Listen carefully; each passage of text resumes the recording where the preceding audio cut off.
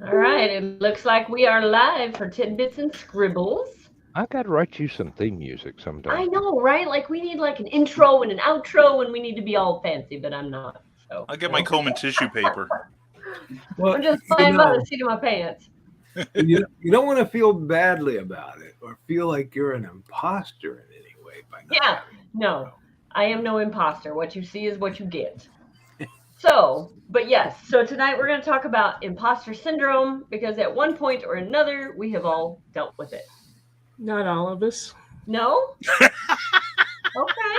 Donna's different. I swear to you, I never felt it until this year. That was Mm. the first time ever that I went, wait a minute. Just wait a minute. Because all of my books have done really well. Like, and I'm still waiting for that shoe to drop of this book sucks. I can't believe she's a writer. Who let this person publish? It wasn't until this year that I kind of felt that way. I'm like, wait a minute. And with Tidbits and Scribbles, like somebody's going to come along and go, you don't know what you're doing. Jenna Marisi knows what she's doing. You know, she's got the fancy graphics. She's got it down. She records her. Okay, so she does, but that's not how I do it. I'm not trying to be a rude, but never heard of her.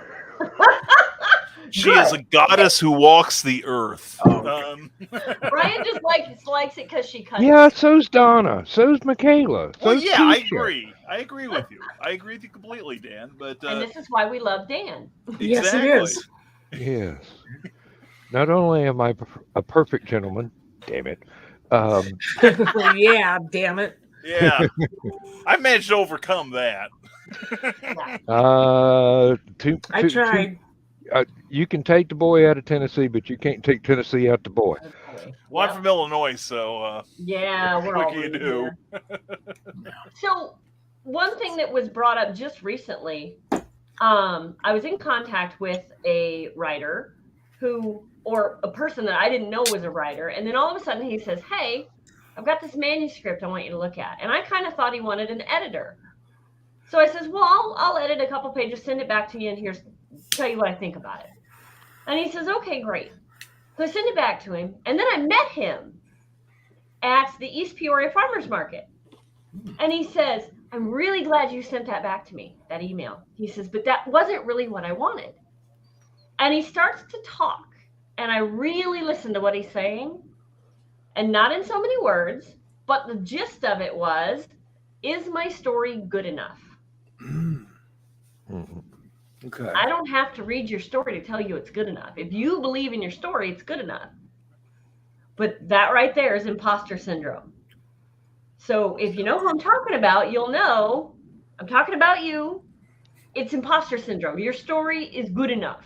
Mhm. Because even if I read it, if I'm a critic and I say, I don't like this story, that doesn't mean your story isn't good. It means I didn't like your story. Not everyone is going to. Mhm. Yeah, Yeah, like does I can not certainly swear that my stuff isn't everybody's cup of tea. right. Mm-hmm. Well, like Donna says, she doesn't like Hemingway. Mhm. He's got a lot of books published, so Don't care. Yeah, but Yeah. she doesn't Yeah. like his style. She doesn't like his Yeah. genre. yeah. So he's not anything's not going to appeal to her that way. I've never read But Stephen King. yeah, That's all right. You still have the ability to sleep at night. yeah. Mm-hmm. Yeah. That's what I've heard. That's what I've heard. But, But again, but that's not my thing. I don't like horror.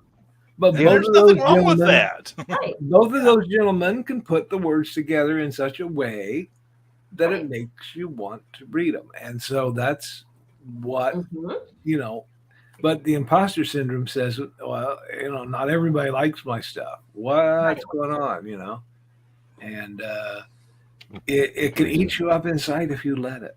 And Yes. so It's true. Yeah. hopefully tonight we'll It go through can. some things that will stop you from letting it eat you up.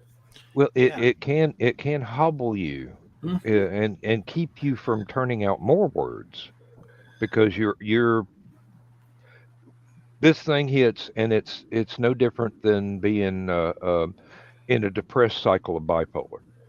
You just you can't do anything about it Mm-hmm. until you get on the upswing and go, that's not really all that important. I do what I do, and I do it really well. I think I do it really well, and some people like it, and if other people don't, I'm sorry, that's not my target audience. Right. Well, even I tell people that even if they haven't been published, if they complete the manuscript, they're already light years ahead of 99% of the people that say, I'd like to be a writer. I mean, even just starting the damn thing puts you in a totally different ball game. And you said that once, Brian, on one of your shows. I don't remember if it was Nevermind the Furthermore or which show it was. But you said that, and I went, I'll be damned. I am. Because I have met the people that go, oh, I wrote a book too. I wrote a book. I'm like, oh, really? Where's it published? Oh, no. I haven't published it yet. Yeah. Well, why not? Well, and they give 1,000 excuses of why not. Yeah. But I am ahead of everybody else. But even they are ahead of the person that says, I'd like to write a book someday. Yes. Yeah. But yes, and then they fill it in with every excuse in the book. Exactly. Yeah. What did you add? Mostly it's Carl? fear. This is a meme that's going around now. Yes. And yeah, it really is. Writer that hits. It's like, yeah, that's what it is. Yeah. And that hits a lot of people. It does. And it happens regardless of your level in this business. Yeah. The only reason that I don't scream at the screen in panic saying I am a fraud is because my ego is much bigger than Godzilla. Sometimes. Now, see, I have a spouse who is not creative at all. He's not in the creative world, but he is a huge supporter of me. Everything I want to do, he's like, do it. Go for it. You're the best. Yep. But he will bring me back down to earth sometimes, and he'll say, you're being kind of arrogant. I'm like, arrogant wasn't what I intended. And I said, explain to me, did I say something and do something? He says, no, you come off as I'm the best and you should believe that and nobody's going to tell me any different. And I thought, wow, okay, well, that's not really the attitude I wanted. So I was talking to my best friend who's also a writer, and I said, do I come off that way? And she says, here's the difference. Arrogance is you say you're the best and you have nothing to back it up. Yep. Confidence is when you say you're the best and you can back it up. That's it. You right here can back it up. Like, yep. Oh, but I still have that moment of, am I being arrogant? Because there's sometimes. What's wrong with arrogance? Right? Yeah. This is why I'm with Donna. People. Yes. I'm with Donna. Yes. It's only when you say I am the best and you are less. Okay. Okay. Yes. Yeah. You have to reach a happy medium where you say I'm a good writer and I can write and I'm happy with that. I'm happy with myself. Okay. When you start the comparison game, then you get in trouble one way or the other. You either come out short or you come out long and say, I'm better than everybody. Yeah. I have come through the last 25 years and go, I'm good at what I do. What I do isn't for everybody, but I'm really good at what I do. And I do hope people enjoy it. And a lot of people have told me they do. And the people that don't usually don't bother to tell me. Right. Yeah. True. Yeah. And somebody, that I have kind of tried to emulate, as far as, confidence versus arrogance is Stan Lee. Okay. One day I sat down and dissected his style when he used to write the monthly Stan's, bullpen. Stan Soapbox. Thank you, Dan. Where he would, talk about everything under the sun, whether it was the latest Marvel comic or why we shouldn't be hating each other, that sort of thing. And I noticed that Stan, a lot of people would say that Stan Lee was arrogant, but Stan was confident. And if you read him carefully, especially in the bullpen pages, he always talked about the work in the most glowing of terms. And he also talked about the people he worked with. Yeah, did you see King Kirby's work? Oh, a sturdy Steve just pulled in a great Spider-Man story. You got to buy it. But he would also kind of take the piss out of himself a little bit, in a mildly self-depreciating way. So, but everybody just heard the braggadocio about Marvel and thought that he was like, having it reflect on him, whereas a lot of his stuff is actually very, very humble. And I think there's nothing wrong with being proud of the work, and for the work to be as good as it is. Granted, we have other people like editors and such that help us mold it, but there's nothing wrong with taking pride in the work that you do in this field. And if it comes off as arrogant, that's their perception of you. It may not necessarily be how you are trying to project your image or your branding. So exactly. Yeah, I would say that a lot of the people that thought Stan was arrogant were the ones that thought he identified as being the Marvel as a person, right, rather than as a team. Exactly. Oh yeah. This is Teresa. Truth. That's exactly, that happens. Yes. Yeah. I mean, like, if you look behind me, there's all those on the shelf. Like, you look at them sometimes and you're like, no, I didn't do that. Or I did that, but I did it with help. And if I hadn't had my helpers, they wouldn't be as good as they are. Exactly. Or you look at them and you go, I can see every single mistake that's in those. Yeah. No, not right now. Can I fix it later? Yes, but I gotta wait. I got a rebuttal to that. Yes, you see the shelf behind me? I didn't write any of those, but they taught me. Yeah. There you go. Yeah. Oh, yeah. I've learned something from all of them. Maybe not what they were trying to teach, Hunter, but I've you're learned something absolutely from all of them. It's entirely different. It absolutely is. Yeah. Yeah. I think one of the reasons that I don't have and have never had imposter syndrome is that I got confirmation at such an early age what a good storyteller is. Watch Lost in Space on Wednesday night, go out to noon recess, everybody chooses the thing, and then they defer to me for the storyline. What's the story going to be? Yeah. Wrote my first Man from U.N.C.L.E. novel as a freshman, has a couple schoolmates read it and go, wow, this is just like the show. Wow. Very good. So cool. Yeah, I think that's part of why I never had it.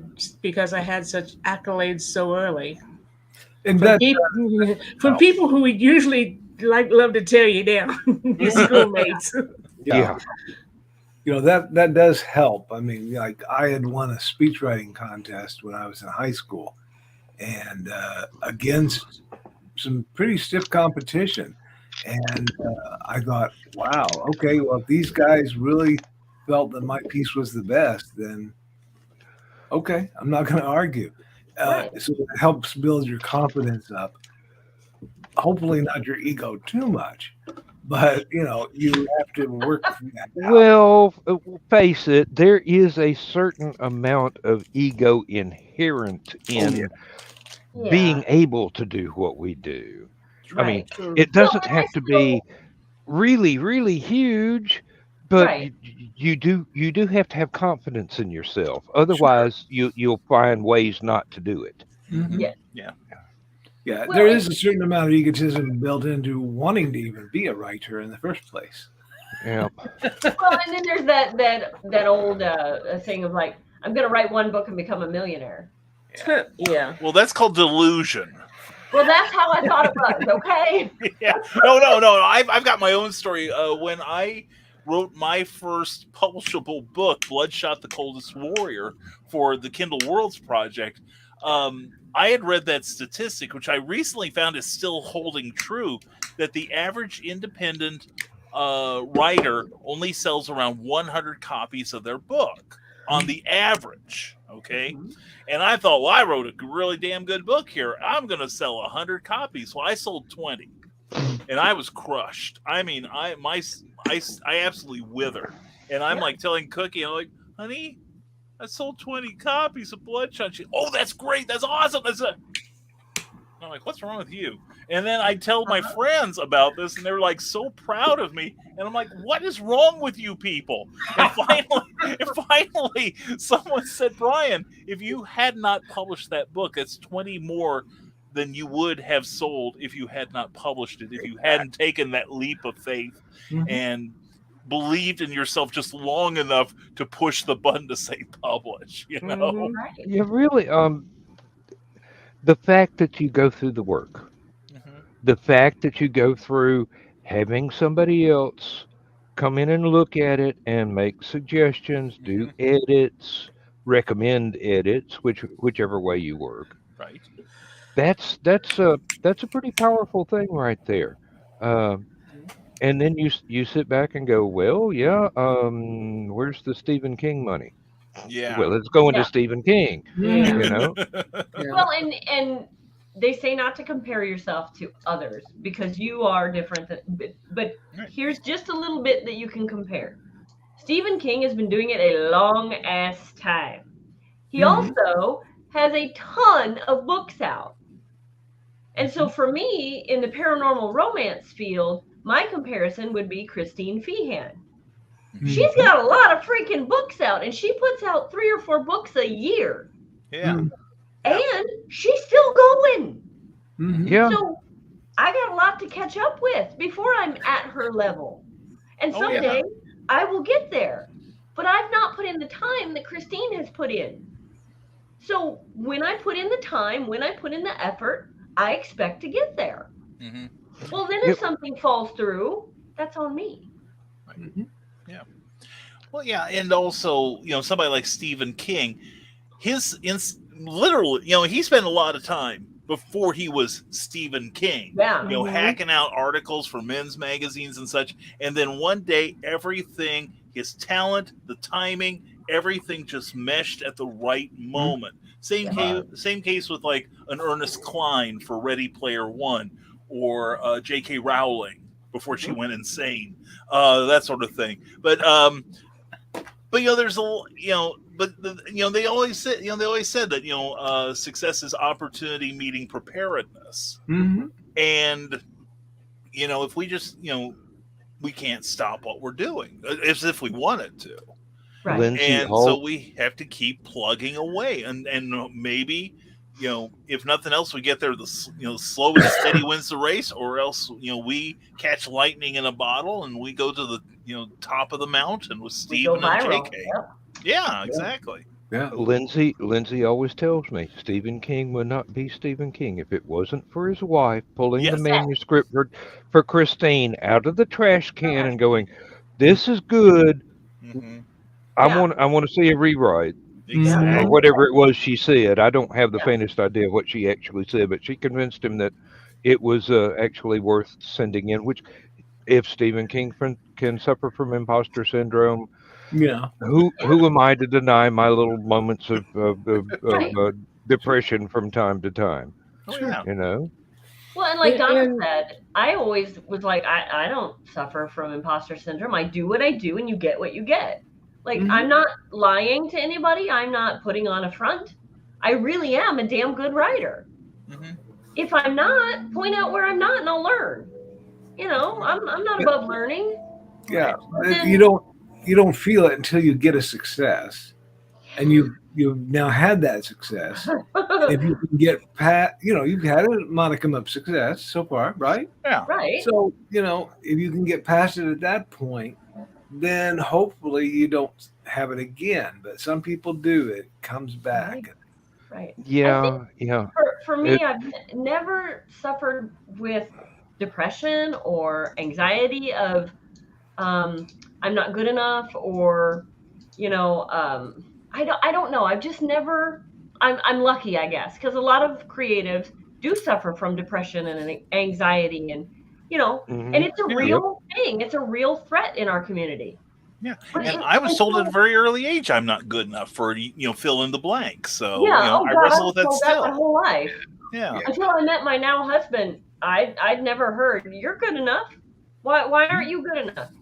Yeah. So until I was 15, and when he started saying, no, you're good enough. Why aren't you? I was like, what the hell are you talking about? Like, show me the people that told you weren't good enough. I'll punch them. Yeah. Right. Yeah. That's what I have wives for. I feel your pain, Dan.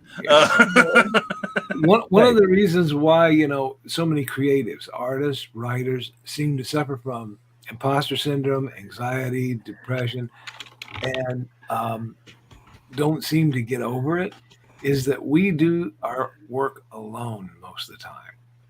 If you're working someplace and you're like, oh, I'm not sure I'm doing this procedure just right, then you can talk to the person next to you. And they'll say, oh, well, yeah, that happened to me too. This is what I did to fix it. You're like, oh, okay, cool. And you can do whatever the procedure is.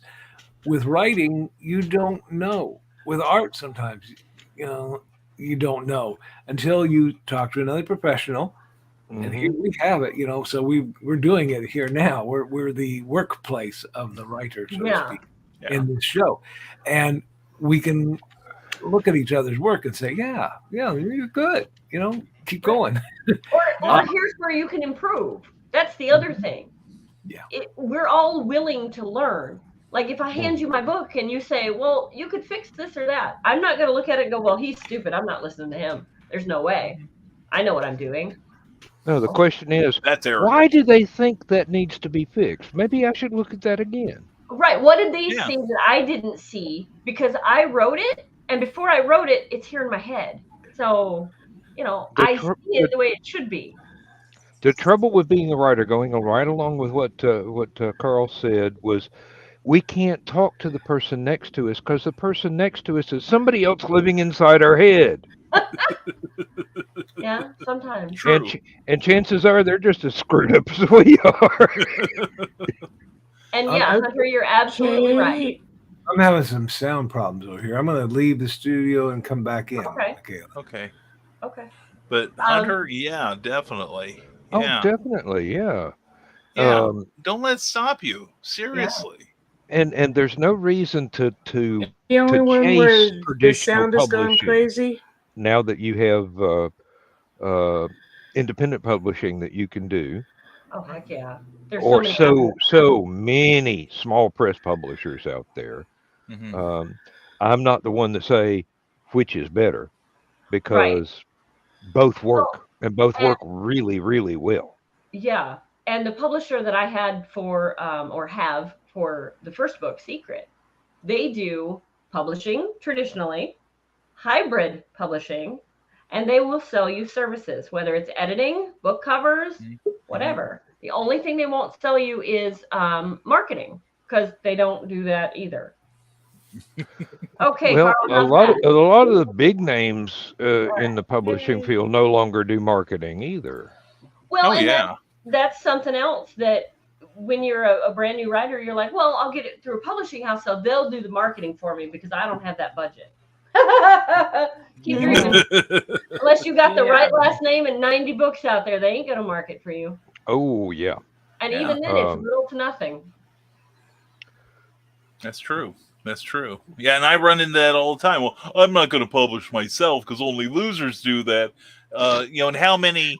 And there are people who are publishing themselves that are making 6- and 7-figure incomes. Yes. Because they're doing everything right. There's a big difference between vanity press. Yes. And self-publishing. Mm-hmm. Exactly. And it comes down to your approach to. You've got it. You're willing to do the work. You're willing to let somebody else edit it instead of going, oh, this is deathless prose carved in granite. Nobody can change it. A single comma or period in my masterpiece. Yes. Then you go ahead and go to a vanity press and pay them thousands of dollars to publish something no one is going to read. Yeah. You can self-publish and you can go through having lots of people, even if you're their friends or family or whatever, look at it and go, "Hey, you this grammar is not quite right here," or "Did you mean to repeat that word twice?" Or the usual editing things. Mhm. Right. But as I tell everybody on every writing panel I'm on, in every convention I go to, everybody needs an editor. Even editors need editors. Editors, yes. Mhm. Mm-hmm. Yeah, because I edit a lot of work, but I let Donna have a look at my stuff, and she will say, "Okay, how did this person do this?" And I'm like, "Oh, good point. I need to explain that because I thought it in my head. I Mm-hmm. didn't put it down in the book. It needs to be put down in the book, to Mm-hmm. Yeah. Oh, I had someone once say, "Why didn't you do this at the end of this paragraph?" And I said, "I did. It's there." And he's like, "There's nothing here about that." And I No. look at it and I'm like, "Okay, it's still in my head. Yeah. Mhm. I have not written it down." That's exactly why we need editors, because we're Right. too close to the story. Right. We know what we want, not necessarily what we actually typed. Well, Mhm. and there's a scene in book 3 that, in my head, it flows a lot better than it does in that book. Mhm. But I worked on that scene for probably 6 months. That scene and that scene only, trying to make it come out the way I saw it in my head. I still can't do it. Mhm. Now, maybe someday it'll end up in a newsletter as how it should have been, or maybe I'll change it in the book. But in my head, it's still not how it is in the book. Mm. Yeah. Mhm. One of the things Donna found in one of my latest books, The Return of the Mad Gasser Cheerleader, was the guy was supposed to try to get into this apartment building, okay, and she was on the 3rd floor that he wanted to get into her apartment, but there were cameras all in the lobby and in the elevator and stairwell and all, and Donna says, "Well, why doesn't he go up the fire escape?" I'm like, so I did some research, and in Phoenix, if it's a 3-story building, you don't need a fire escape. And so I just put her on the 3rd floor of the building. Good save. You're just supposed to jump out of the window and fall to your death from three floors. There's no fire escapes. Yeah. In Phoenix, Or run really fast down the stairs if they're not on fire. Yeah. Hey, if they're on fire, you're going to run really fast anyway. Yeah. I even got on Google Earth and looked.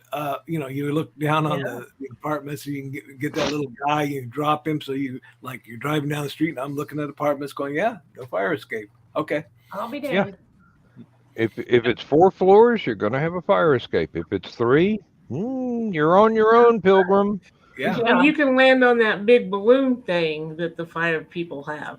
Well, or grab your curtains on the way out the window and parachute. That's what passerby are for. I think you're supposed to get those little ladders that roll up. Those chain ladders. Yeah. I was going to say your neighbor. Balcony.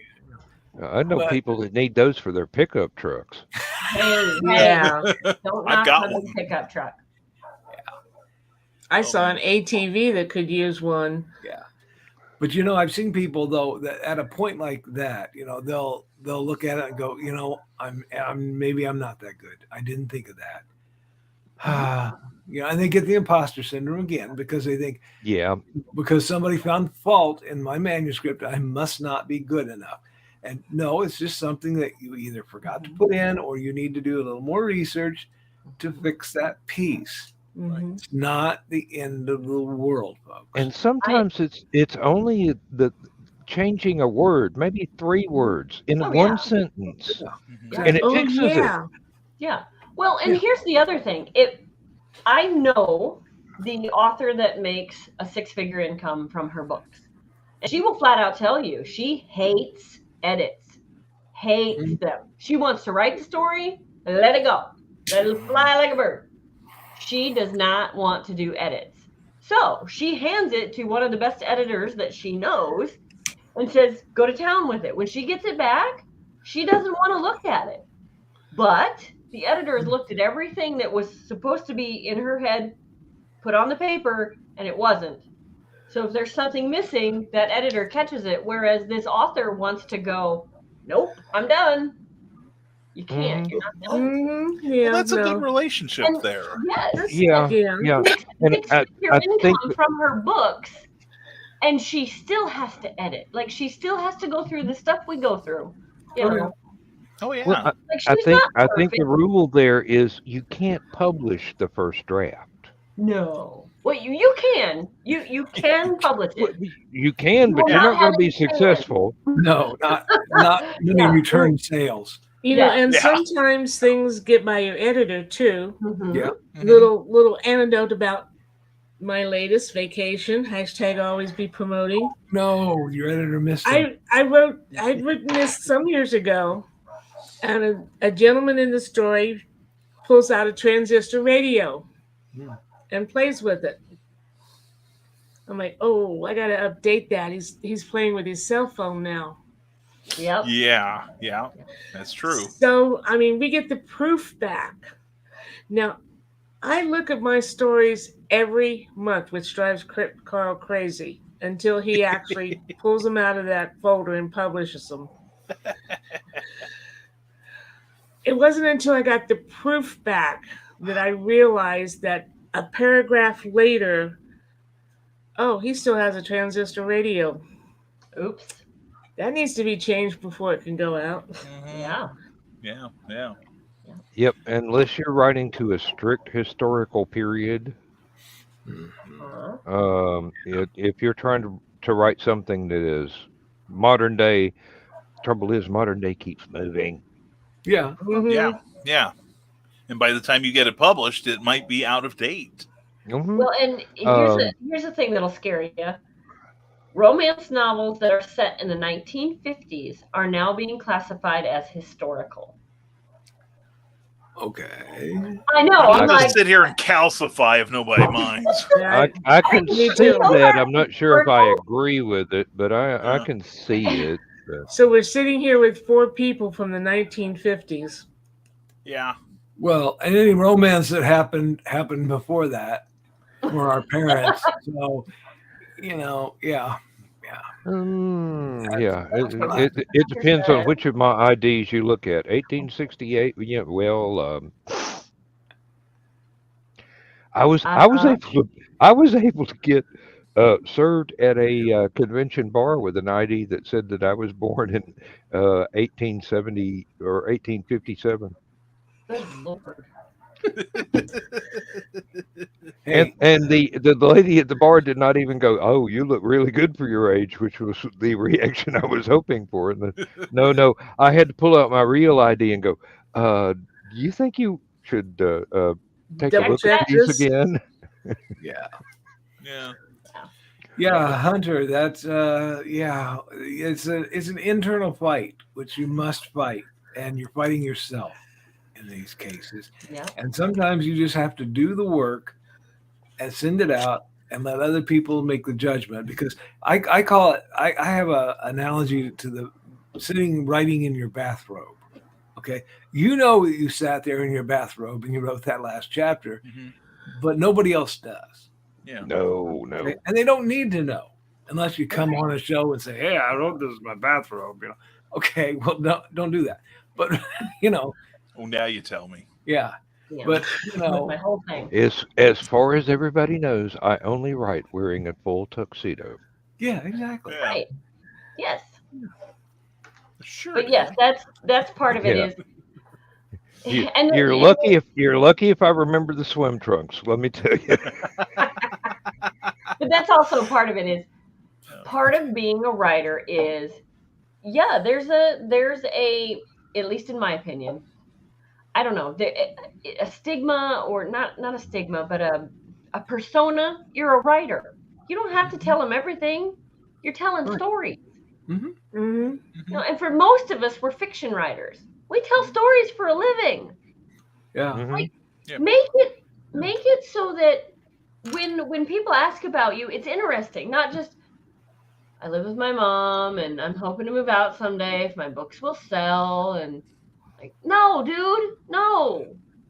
That may be your situation. Don't tell them that. Like, tell them, I live in an apartment. I have a cat. You know, like don't tell them everything. And be I live under a rock outside the Bat Cave. Yeah, see, no. Tell them you live in the Bat Cave. Bat Cave. Yes. Bat Cave. Available on Amazon. There you go. And no, that was not planned. Brian is I don't plug at least once. Not there. Brian is a master of, oh, here's an opportunity. Well, That's why I sell a lot of books, Dan. You notice what I did?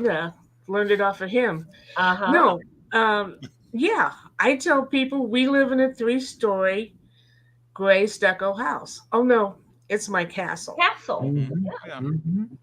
It's gray. It's 3 stories. It's a castle. And it's stone. Yeah. Exactly. Yeah. And I understand the pessimism. I think a lot of us have it, especially when we're starting, because we're we have expectations of massive success. Mm-hmm. But like I said earlier, Hunter, if you finish that manuscript, that's one hurdle that many people will never see, and you've already faced it. If you send it out to somebody to get that thing edited, and you work it and massage it, and you become partners with your editor, that's when I edit a novel. That's what I tell the person I'm editing. I am now your partner. And we are going to make this book the best book we are able to make. And Hunter, I think you're going to be able to find a partner or two on the panel. Yeah, probably. It can happen. But try to be confident in it. Try to keep that confidence. Think about your work and try to come up with that elevator pitch, that little bit that you're going to sell it with, and do that with confidence and be ready for questions and things. Yeah. And be ready to fall flat on your face, because I did. Exactly. And that'll happen. I had the book. I knew what was in the book. I knew what I wanted to say, and I went crap. Oh yeah. Now I'm pretty good about customer service, and I've dealt with customer service a long time, so I'm pretty good about jumping and landing on my feet. And so I turned that into, I need more coffee. Hang on a second. And then you start again, or you tell them, oh, I've been talking all day. My tongue is twisted. Something. Get them on your side. Get them to go, oh, okay, I'll give her a second chance. Sure. Yeah. And that's one thing where the blurb on back comes in handy. Exactly. Yeah. If you feel like you're going to grab that and read that blurb. Yeah. Mm-hmm. Yeah. That's exactly. Those are some of the hardest things to compose, is that summing up of what the book is supposed to be. Without telling them the whole damn For story. somebody that's never heard your name before and doesn't know anything else that you do. Mm-hmm. It's like walking up to a perfect stranger and going, hey, you want to pet my cat? Yeah. There's an artistic way to do that. No. And not get arrested. Too soon for Donna. I think part of the imposter syndrome comes in when, let's say you're at a conference, you've made it, you got your book, you're at the conference, maybe for the first time with a buddy, and you're at their table, and you sell your very first book to an actual person that isn't family or friend. Mm-hmm. You turn to your partner at the table and go, I just sold a book. Did I really just sell a book? Mm-hmm. Yes, you did. You sold the book that you wrote, that you published, and now you sold it. Yes, there's no imposter there. You actually did it. Yeah. Mm-hmm. And also the fact, Hunter, you identify yourself as an overthinker. You can overcome that. Mm-hmm. It's not like you are forced to be an unapologetic, pessimistic overthinker. Knowing that you have this trait, you can work around it. I had to start out working around underconfidence. So, Joe Dog. Yeah. And don't be afraid to think outside what you think is your genre. Oh God, yeah. Definitely. Seduction of Lily Monroe. Just poured out. I know nothing about dragons, D&D.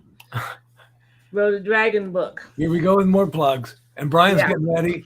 Yep. And I have a little 9-year-old nephew who can't read most of the books I write because he's only not can't read, shouldn't read. shouldn't read. Not yet. He's allowed to read certain parts of it, and then Mom says, "Okay, that's enough." Yep. But they have a cat, and he says Sam needs her own story, and I'm like, I don't write. Oh, wait a minute. Yes, I do. Sam's story as told to Donna Carlene. There you go. Yep. Yeah. Well, no, I was going to illustrate that. You about not staying in one genre. I think I'm kind of like the undisputed master of that. Yeah. That's certain things. So, but also I can attract a lot of different people to my table.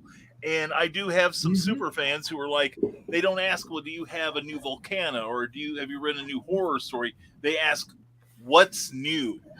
Mm-hmm. And they just dig what I do. Yay! Thank you, Joe Dog. Thank you, Joe Dog. Thanks, Appreciate you, brother. Thank you, son. Yeah, it really can be scary when you're stepping outside your genre, and maybe you think you're an imposter again, because I wrote some sci-fi, and I will publish that someday. I think it's pretty good. Donna approved it, so it must be okay. Great. I've written a lot of sci-fi comedy. It was hilarious. Yeah, sci-fi comedy. I'll need to get that out. I've written nonfiction, how-to books, and those have gone over very well. And then I wrote this crazy thriller, and now next it'll be a spy thriller. And every time you're thinking, well, there's a lot of other people in that. No, this is my story, the way I will tell it, and that's the way to think.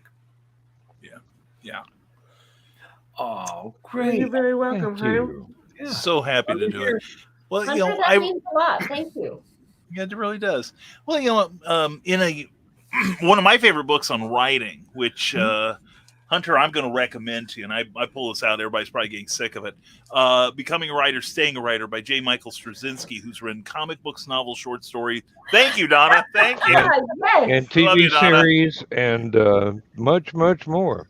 Yeah. And Babylon 5, one of the greatest series ever. He wrote the first Thor movie, the screenplay for it. But anyway, he talks a lot about as you're climbing up the ladder, you also need to reach behind you and pull people up, or we call it rising tide around here.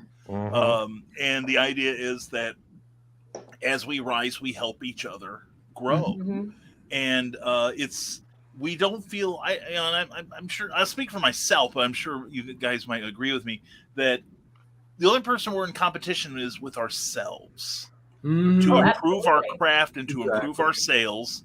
And and part of what you're doing right now, Hunter, in reaching out to us is a very important first step.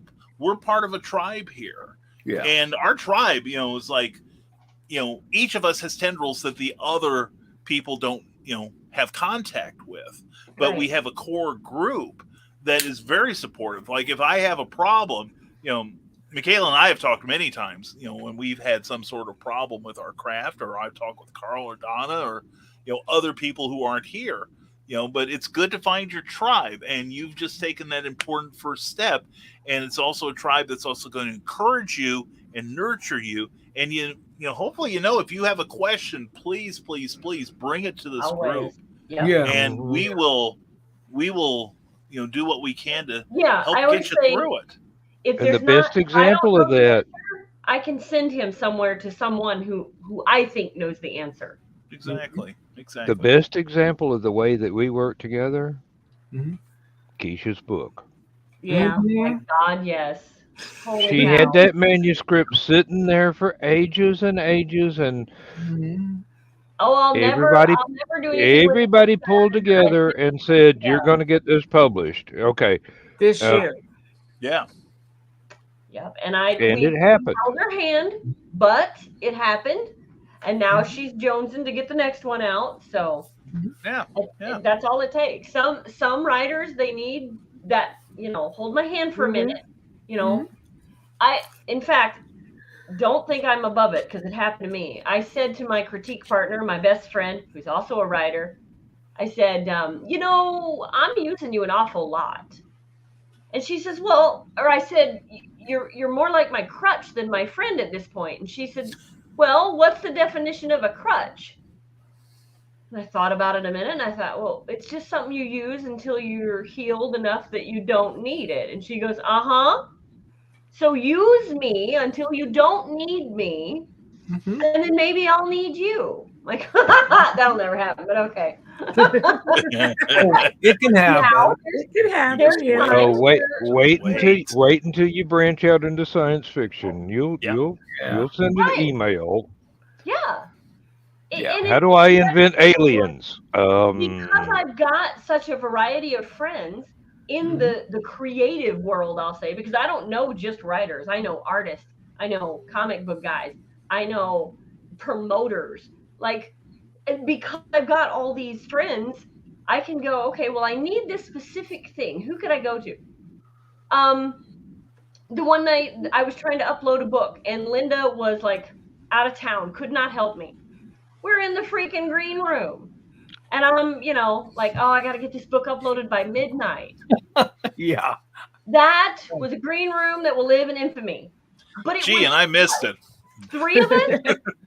And I was emailing this copy of this manuscript back and forth, and they were like, well, the code is correct, and there's no crazy code. Upload it. It should work. Amazon will kick it back every time. Nope, it's not going to work. Finally, we were like, well, we're way past the deadline. Will they accept it? And they did. I was like, would we go to bed at 2 that day? Something like that. But we did it.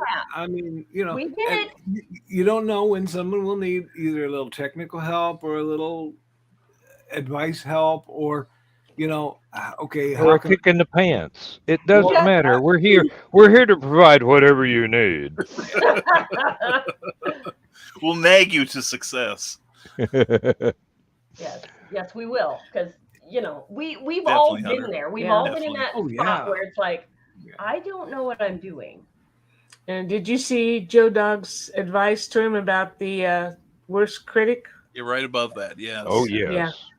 So true. Yes. Yeah. Well, back when we had a writers group, we had one lady who was very great with her stories, great, but she never finished them. And she had one when I'm like, all that would finish a story would be 2 sentences. I even gave her the sentences. She never finished the story. That was me for the longest time. And as Carl said, success more than failure, probably. Yeah. I tell you what, I had that for a while because all my life I've been told no. So when someone says no, I'm like, whatever, I'm going to go do what I'm going to do, even if you say no, because I've heard no all my life. I wasn't scared of that. When the publisher came back with, we want this book, I went, whoa, hang on. What do I do? Honest to God, I sent Linda that text. What do I do? And she goes, send them the book. How do I do that? And she's like, because they requested it? Like, just do it. I'm like, let them have it. Yes. Okay, yeah. I guess I could do that. On the other hand, and this again may be part of why I don't have imposter syndrome, I've always been told that I could do anything that I wanted to, including being the first woman president of the United States. My mother told me about that back in the 60s. I wish I had your mom. Gee. Before anybody ever thought of a woman being president. Yep. Hey, you're not too late. Choose whatever you want to do and do it. We've had a woman president, just not officially. Yeah. I don't want to. For Donna, it'd be a demotion. So that's true. I am. Yeah. I mean, I'm Empress out here. You want me to do what before 9 o'clock? No. There was. Yeah, exactly. Well, they're launching an attack. I'm asleep. Leave me alone. Okay. Nuke them and wake me up and tell me what it works like. Right. Well, nuke them later. Whatever. I was having trouble starting this book, The Return of the Mad Gasser Cheerleader, but during one of our times, you guys gave me advice. So in this book, it says, thanks to Donna for, helping, editing, and suggestions. Thanks also to Michaela J., Dan Hollifield, Amy Hale, and Brian K. Morris for suggestions on the beginning of this work. Cool. That's awesome. Thank you, Carl. I have now done more cover blurbs and been mentioned in more dedications than I've actually sold books. That's okay. And I'm still going, It doesn't get old. No. I know. I do what I do. If you like it, that's fine. If you don't like it, well, maybe you'll like some of my friends' stuff. They write totally different than I do. Mm-hmm. That's why I really wish we were all in the same part of the country, and we could do the same cons, and we could do the same book signings. Yeah. And someone might think, well, then it would be the same, wouldn't it? Every con would be the same. No, because we're all different. We all write different things. Yeah. And every time somebody walked through the door, no matter what book they were looking for, or comic book, or art, or whatever, we have friends that can do that. Yeah. And I'd be like, oh, you want artwork? Go see Keisha.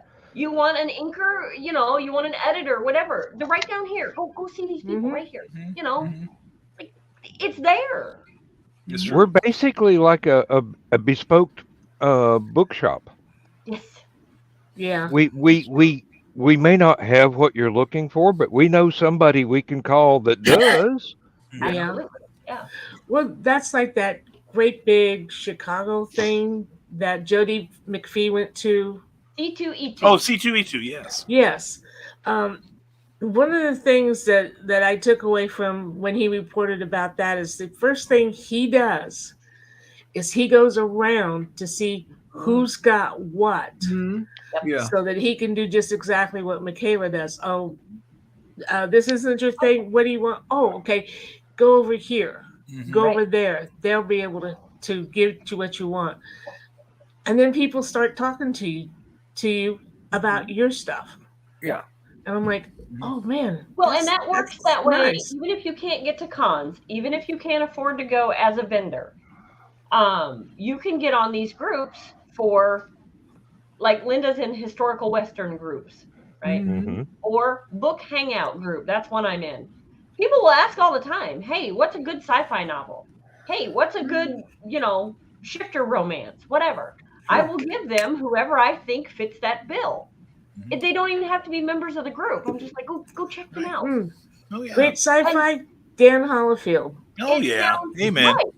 And it sounds, this little bit is going to sound arrogant, but I'm the one saying it, so my name pops up.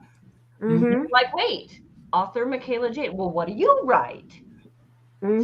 So I get a little plug there too. Now, maybe it's not for them, but someone else saw that thread and went, whoa, she writes that. That's what I want. Mm-hmm. It wasn't the original question, but someone else saw that, saw my name pop up, saw what I write.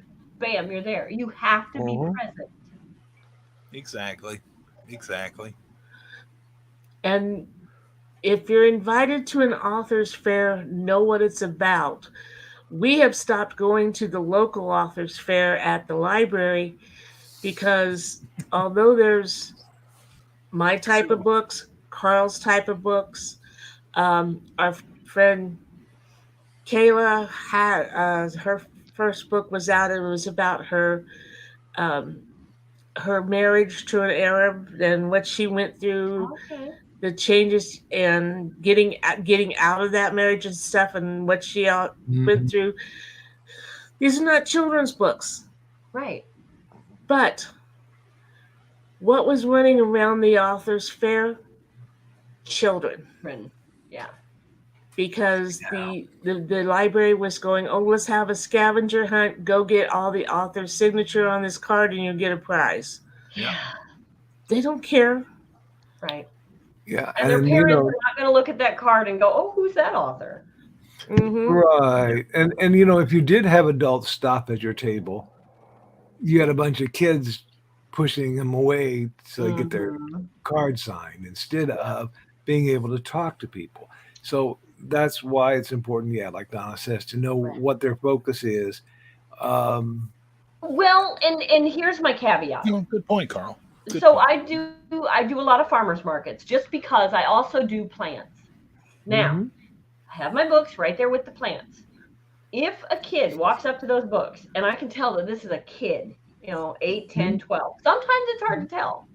But if I can tell, it's like, oh, no, honey, these are for your mom. And instantly they turn away. They're like, oh, okay, bye.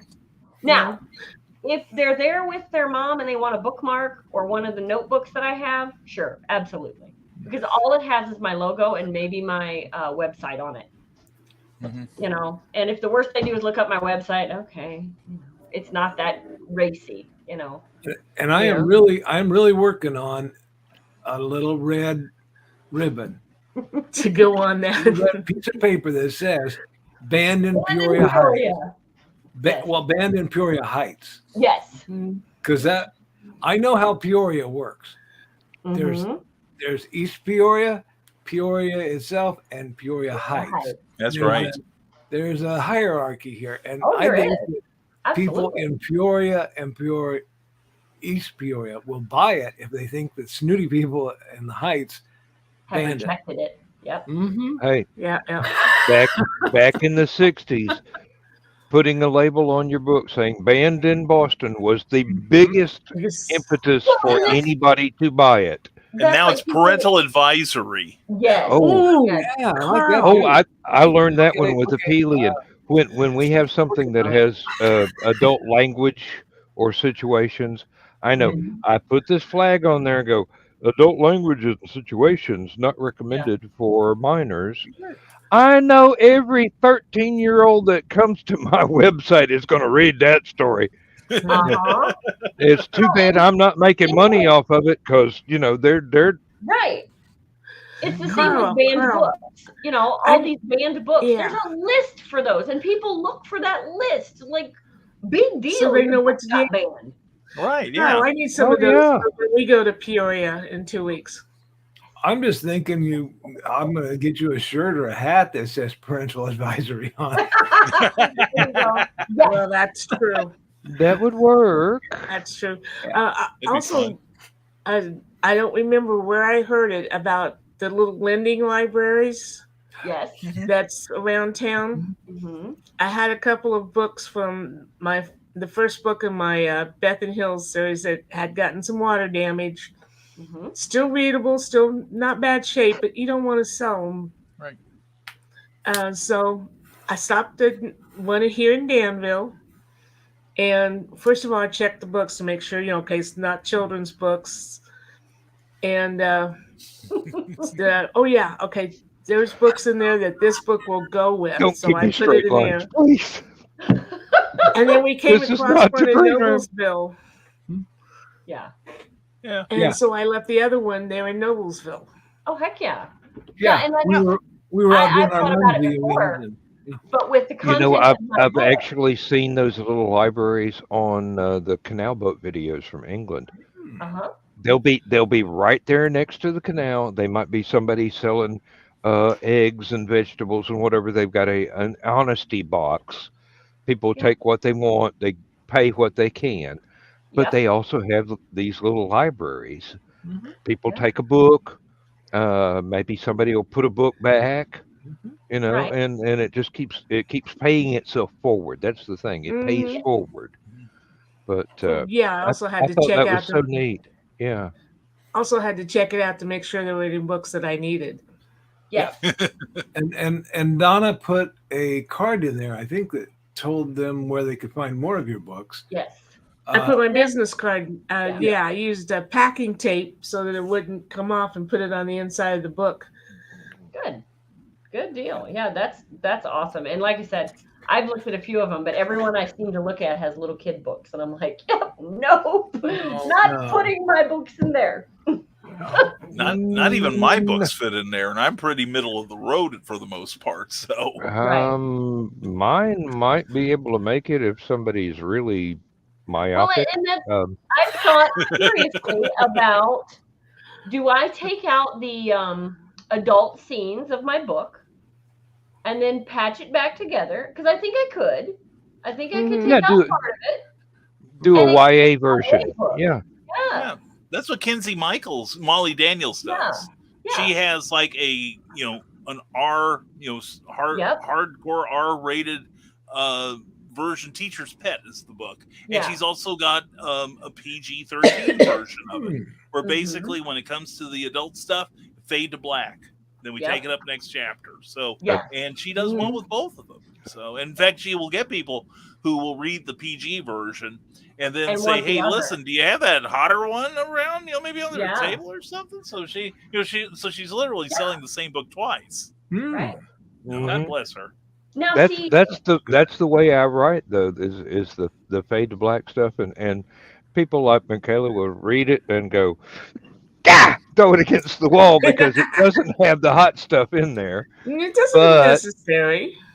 But if you've got an active imagination, right, that's true. You can supply your own hot stuff. Well, and when I'm at a con, and I've had people ask me now, easy, Carl, easy.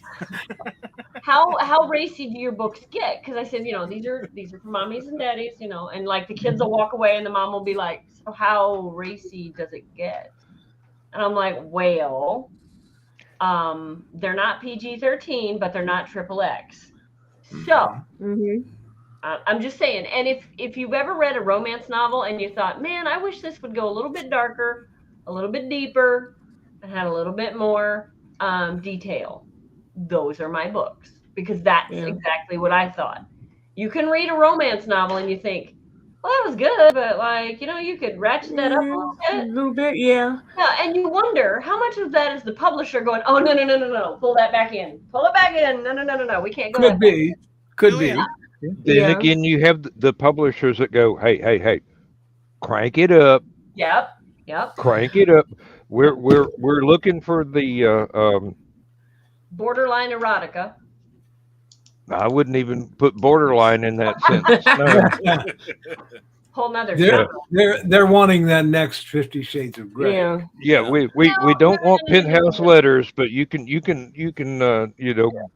get approaching that sort of thing, and I'm going. If you can't use your imagination to see that in there already, I'm writing the wrong kind of poetry. Yeah. So let me just put it out there for the masses to hear this. 50 Shades of Grey is vanilla compared to Warrior Secret. And Trust goes even darker.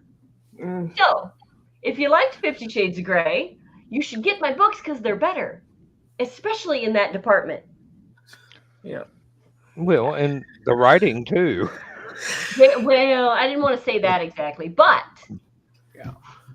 yeah, to me, we'll say Shades of Grey was vanilla ghost chocolate on the weekend. Like, really? A little bit of whipped cream on the side. Yeah. Right. but not much. Not sexy. That's like, hey, baby, you want to play a game? Like, it wasn't, I don't know. It wasn't what it was all cracked up to be. But really. Yahtzee's not my idea of a good time. But what it was cracked up to be was what a lot of people bought it for. Bingo. I bought it and find out what the hubbub was about. Yeah. And that's the marketing that it went through. Exactly. Absolutely. Yeah, that's all marketing. Yeah. Now, I'm not buying it because everybody else bought it. And then they start talking, and I'm like, I want to see what this is about. Yeah. Both my Hunter's Ridge and my Beth and Hills series are fade to black. Beth and Hills a little darker than Hunter's Ridge, but it's not explicit. This is called The Seduction of Lily Monroe. Yes. And I still had one person tell me it didn't have enough sex in it, and I'm like, this is sexy in every freaking chapter. No trapezes. They want it on every page. Some of us are just very needy. Okay, I'm just saying. Exactly. I didn't set out to write a stroke book, but if it'll sell. Right. There's a quote I found. Hunter, you're absolutely right. That's what I do. Yeah, absolutely, Hunter. And that was how my first one came to be, Warrior Secret. I wrote it because I had read 1,000 romance novels, and none of them went as dark or as deep as I thought they should have. And then I found a book by Christine Feehan, and I didn't know who she was. I read that sucker and I was like, oh, people will like the book I wrote. Holy crap. There's a genre for this. I didn't even know there was a genre for my book. See, I write adventure stories. So, it's one of those things where at my age, my childhood was filled with adventure stories that were very G-rated. At the most extreme, they were PG-13, and then that kind of set the bar for what I wanted to write, even though I knew I could go further into the darkness than I did. But the trick is to write it in such a way that the reader can supply their own darkness, their own heat, their own Tabasco sauce for this this little pizza that I made. And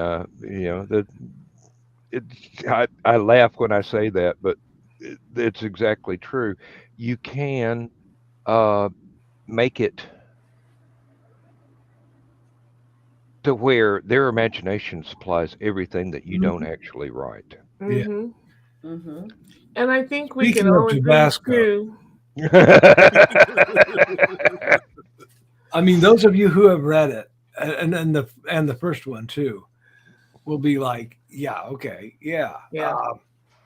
It's interesting.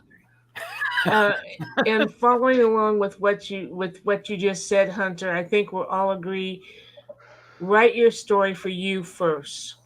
Yes. Write what you would like to read. Somebody said that at one point. Yes. Maybe Ryan, I don't know. Write the stories you want to read that nobody else is writing. Yeah. Well, and don't worry too much if you kind of cross over into what somebody else did, because I kind of do. I kind of cross over into what Christine does. I kind of cross over into what my friend Miranda does. But it's okay. It's all, you can use the same trope. Just don't write word for word what they do or how they do. Right? And how exactly, yeah. When my first Hunter's Ridge came out, I had a critic say that it was a nice mixture of Murder, She Wrote meets In the Heat of the Night. There you go. I'm like, oh, I like that. Right. Really? Well, and I had somebody compare Cover blurb weekend to Shrek, and I was like, Shrek? Really? And she says, well, here's how I saw it that way. Okay. In Shrek, I guess the female ogre, she changes and she's to person. Fiona, Okay, well, my characters change. And she says, so that's how I made that connection. And I was like, that's a connection I never would have made because I don't watch Shrek, never have. I think I watched the first 10 minutes of the first movie and went, no. But she likes them. She remembers the details from them. And she goes, yeah, I think it kind of, in some ways, fits. But it's a take on I never would have thought. So maybe Shrek meets Brave. Did she change into an ogre the same time that he was? He wasn't an ogre. All the time. But she was cursed to turn at night. Okay.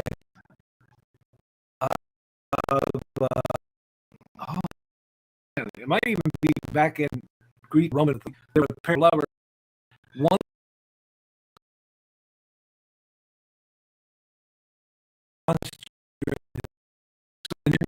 together. And then they turned that to an episode on Charmed.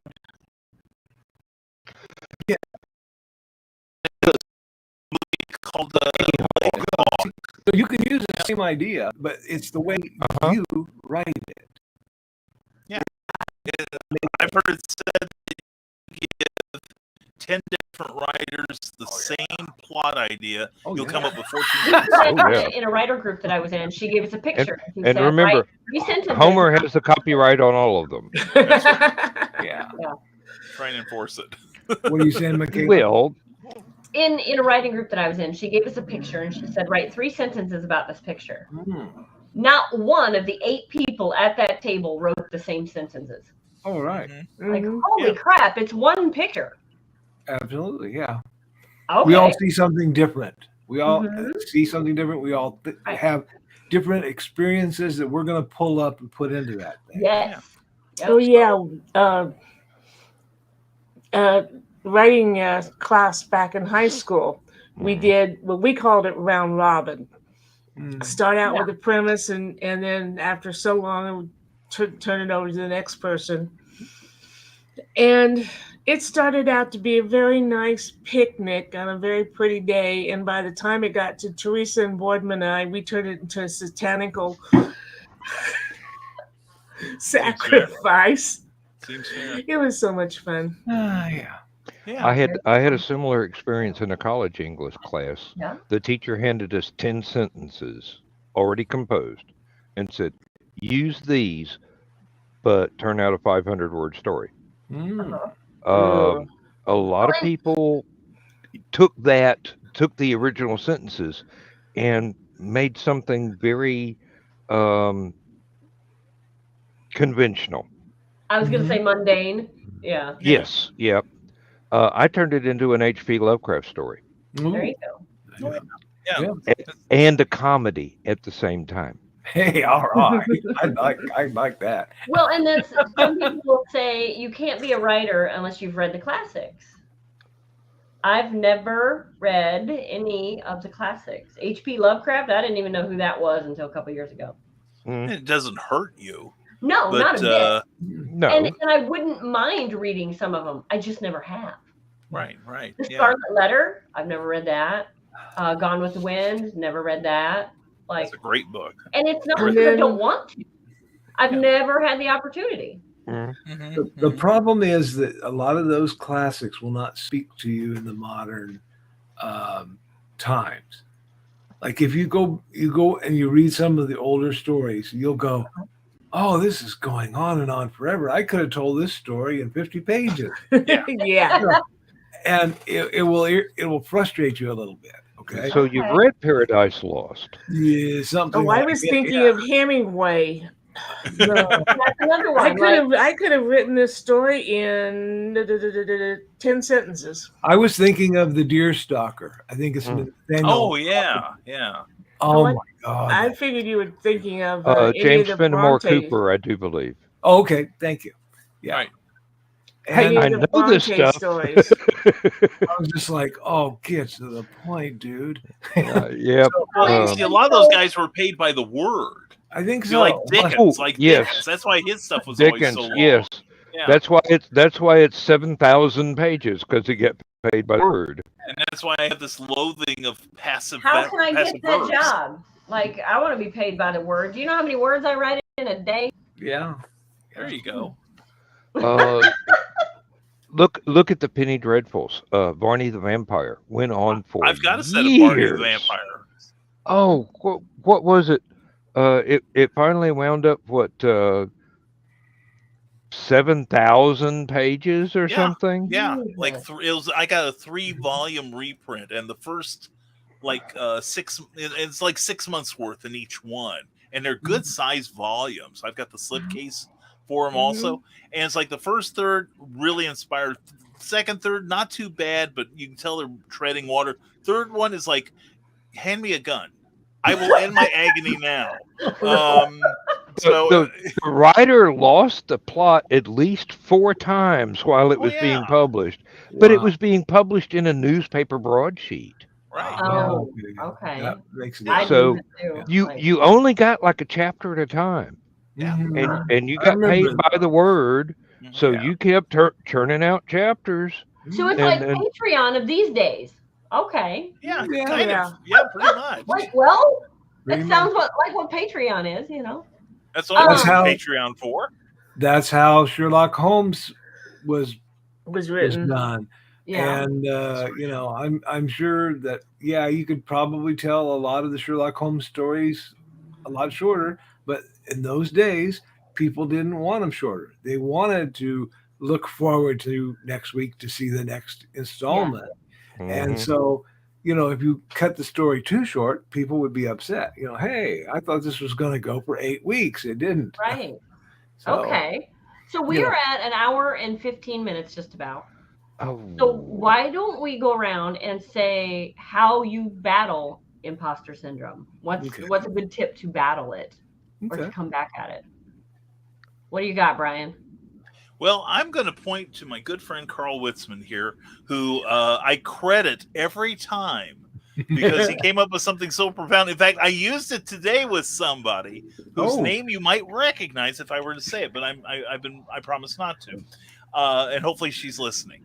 But anyway, I tell people something that Carl told me, that the only people who suffer from imposter syndrome are people who've actually accomplished something.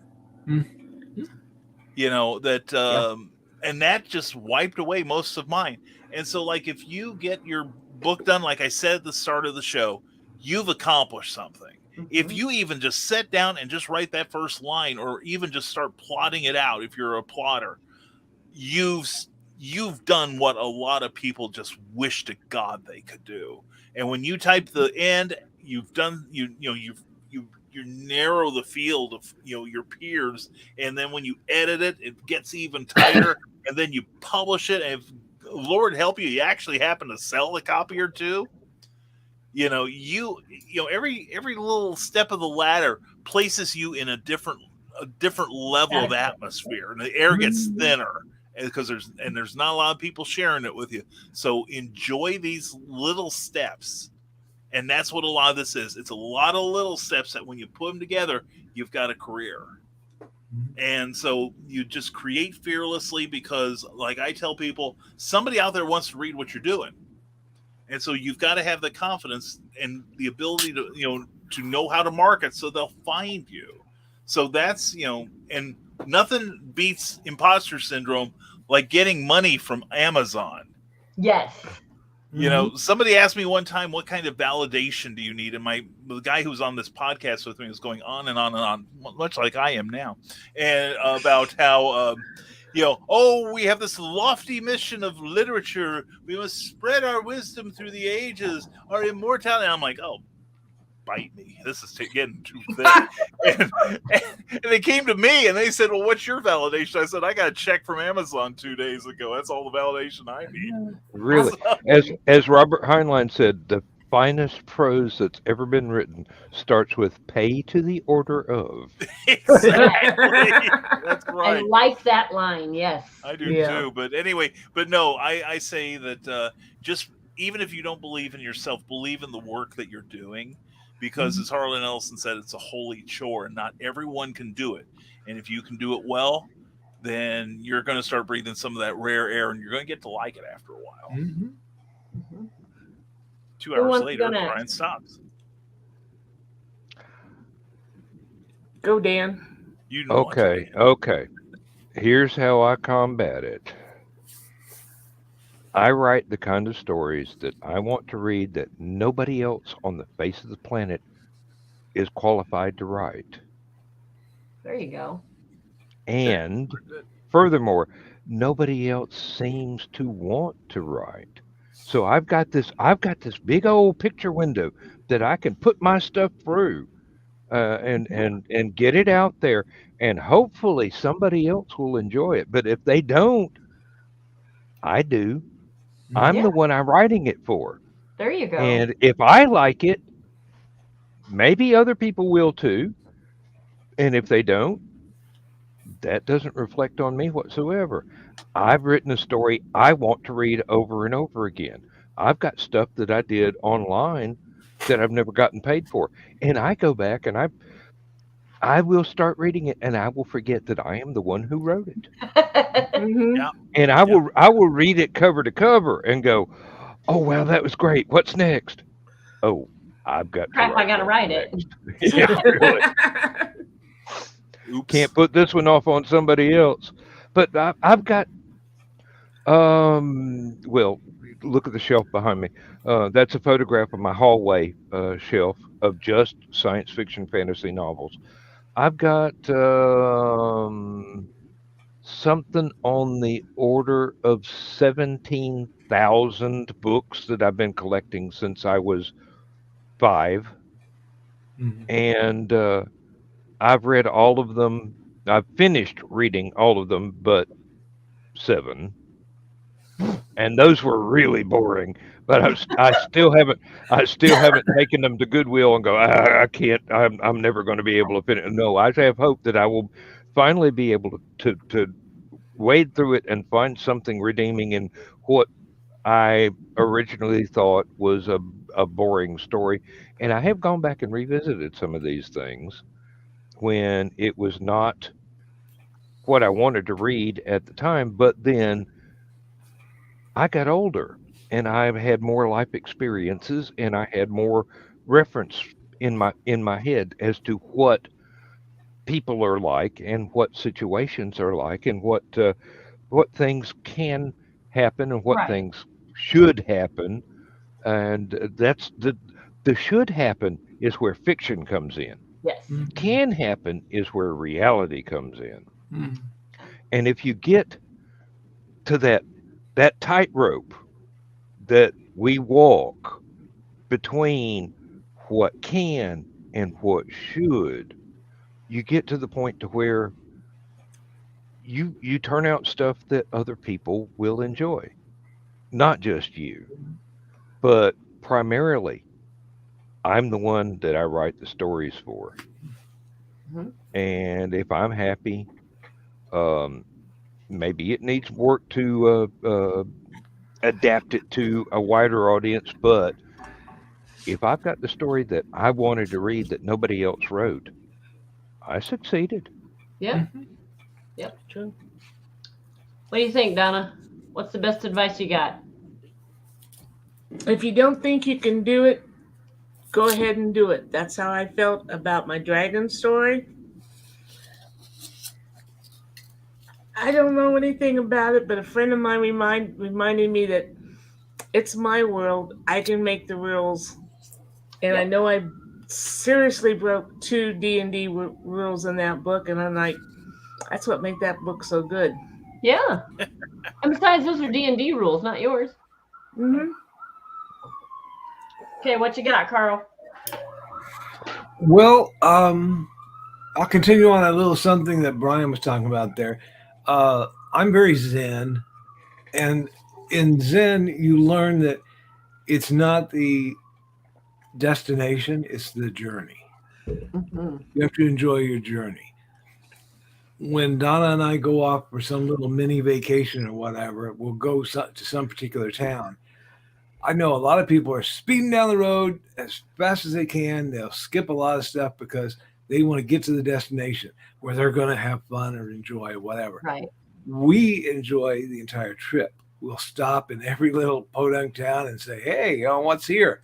A pizzeria that we, some mom and pop operation. We'll enjoy lunch or something at that place. And writing is the same way. I mean, it takes a long time to write a book. So you have to enjoy every step as you're going. And if you don't enjoy it, then try writing it a different way. Right. But enjoy the journey. Be Zen. You'll be cool. See, that's kind of what we do with the motorcycle. It's not about the destination; it's about the trip. Oh, yeah.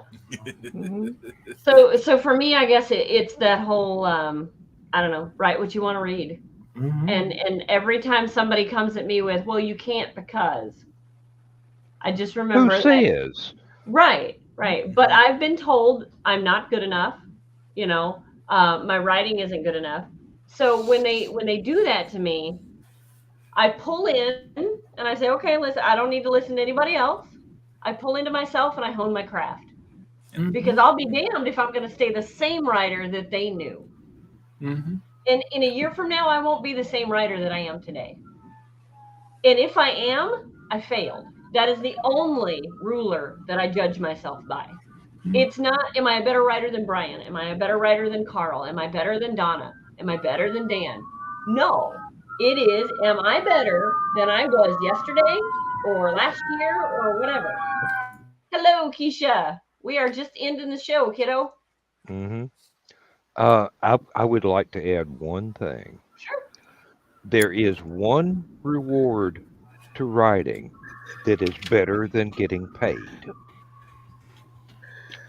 That is when somebody that has read your stuff goes, I want more. Yes, I What love that. happens next? Yes, what happens next? They said that was secret, and I was like, I don't know. Well, one thing I love is when they say, everybody I just said gave it it to to my best Carl. friend. Everybody said it to Carl, and we get the Mad Gasser too.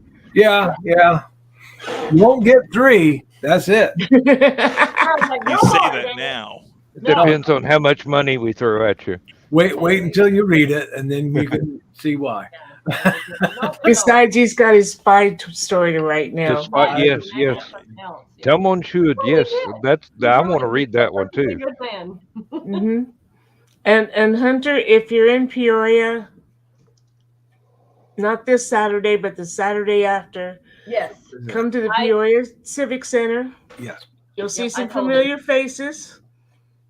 Yeah, I told him, Brian, you're going to be there, right? Yes. Okay, I thought you were. And I told him, I said, go there. It's free to get in.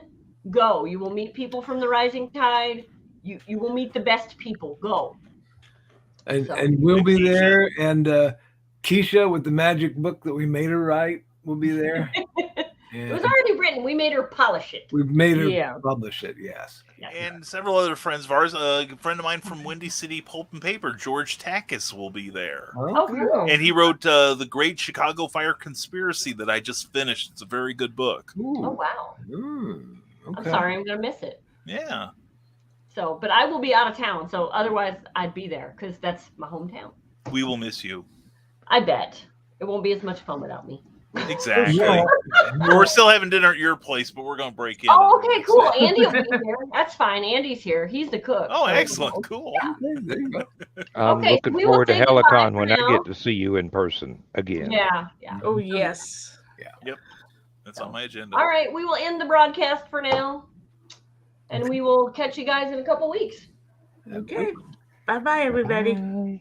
Toodles Parmesan.